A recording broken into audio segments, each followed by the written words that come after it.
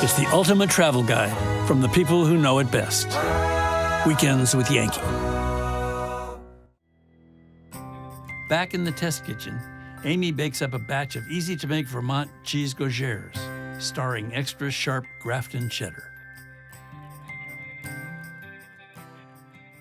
So being up in Grafton, Vermont got me thinking about cooking with cheddar, which I love. I love Vermont cheddar.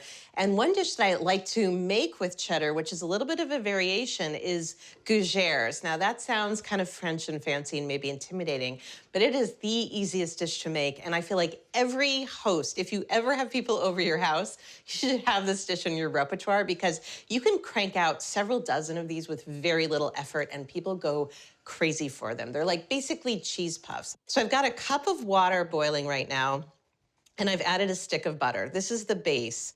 Okay, so this is melted and nice and simmering. So at this point, I'm gonna take it off the heat. We don't need to be working over a hot burner at this point. Now that we're melted and warm, we're good. Okay, so this is a cup of all-purpose flour, really simple. And I'm just gonna start stirring this until the dough starts to form a batter.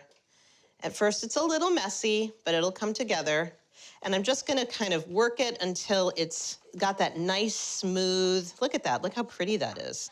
Okay, so now I'm gonna add my eggs. Now I've got 5 eggs, and this is what gives that nice puff to the Gougères. I'm gonna add them one at a time, and I'm gonna mix really well after each, and mix it in. So this is really the hardest part, is just the patience of adding these eggs.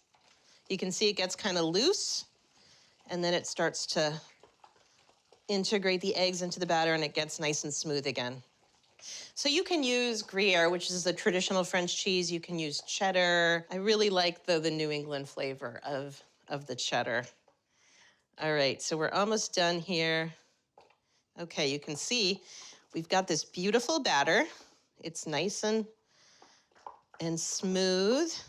And at this point, I want to add some flavoring. So I've got 1/8 of a teaspoon of nutmeg, a teaspoon of pepper, and I've got 1.5 cups of grated cheddar. Now, I really recommend grating the cheddar fresh. Okay, so now we've got this batter, even though I took it off the heat, still warm enough to melt the cheese. Now, one really easy way to do piping, if you're not going for anything super fancy like scroll work on a cake, is you just take a plastic bag, and I'm gonna show you, I've cut a tiny hole in the corner of this bag, and that's basically what I'll be piping with. Okay, that's good. And now we're ready to pipe. So we're just gonna, I like to do little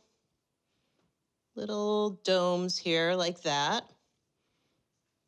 And if you don't want this little cap on the top, you can always wet your finger and smooth it out. I actually kind of think it looks cute, so I'm gonna leave it. And it doesn't have to be perfect.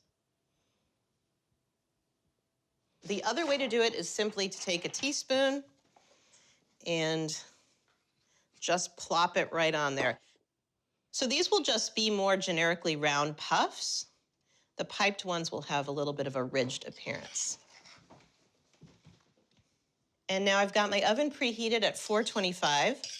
You want that high heat so that when the dough hits the oven, the heat of the oven, it will cause the eggs to really puff up these little beauties. I'm gonna put this in the oven right now, and they'll bake for about 25 minutes. Okay, so it's been about 30 minutes. They weren't quite brown enough at 25, so I gave them a little more time, and now they are perfect. They smell so good. I wish you could smell this. And you can see, these are the piped ones. See how they have the cute little shape to them? These are the plopped ones. There's not a huge difference, so do whatever you feel like doing. All right, I'm gonna try them. So good. The cheese is perfect. And look, see how they're nice and inside there's like a little hole. That's where the eggs kind of created some steam as they cooked. You're gonna wanna pop the whole thing in your mouth, but try to enjoy every bite and really savor it. For this and other delicious recipes from the show, you can visit weekendswithyankee.com.